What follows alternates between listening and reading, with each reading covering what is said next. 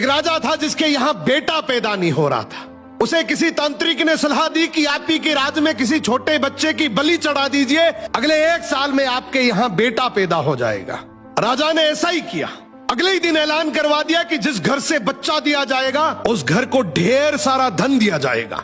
राजा का ये ऐलान एक गरीब परिवार ने सुना तो अपने घर के सबसे छोटे बच्चे को भेज दिया कि ये बच्चा हमारे किसी काम का नहीं, इसे रख लो। अब बलि चढ़ाने की पूरी तैयारी हो गई। राजा ने बच्चे से पूछा, कोई तुम्हारी आखिरी इच्छा? तो बच्चा बोला, मुझे बस थोड़ी सी गिल्ली मिट्टी ला कर दे दो। मिट्टी लाई गई तो उस बच्चे ने उस मिट्टी से छोटे छोटे 4 मकान बनाए और उसके बाद एक एक करके 3 मकानों को लात मारकर गिरा दिया। एक को रहने दिया और उसके सामने हाथ जोड़कर दुआ की और राजा को बोला, अब मेरी बलि चढ़ा दो। यह देखकर राजा को बड़ा अजीब लगा। वो डर सा गया कि शायद बच्चे ने कोई तंत्र विद्या की हो। उसने बच्चे से पूछा, तूने ये क्या किया था? तो बच्चा बोला, पहला मकान गिराया जो मेरे माँ बाप का था, जिन्होंने सिर्फ पैसों के लिए मुझे बेच दिया। दूसरा मकान रिश्तेदारों का था, उन्होंने भी मेरे माँ बाप को ऐसा करने से रोका नहीं, तो उनका भी मकान गिरा दिया। तीसरा राजा जी आपका तो काम है लोगों की रक्षा करना, लेकिन आप भी अपने लालच के लिए रक्षक से भक्षक बन गए।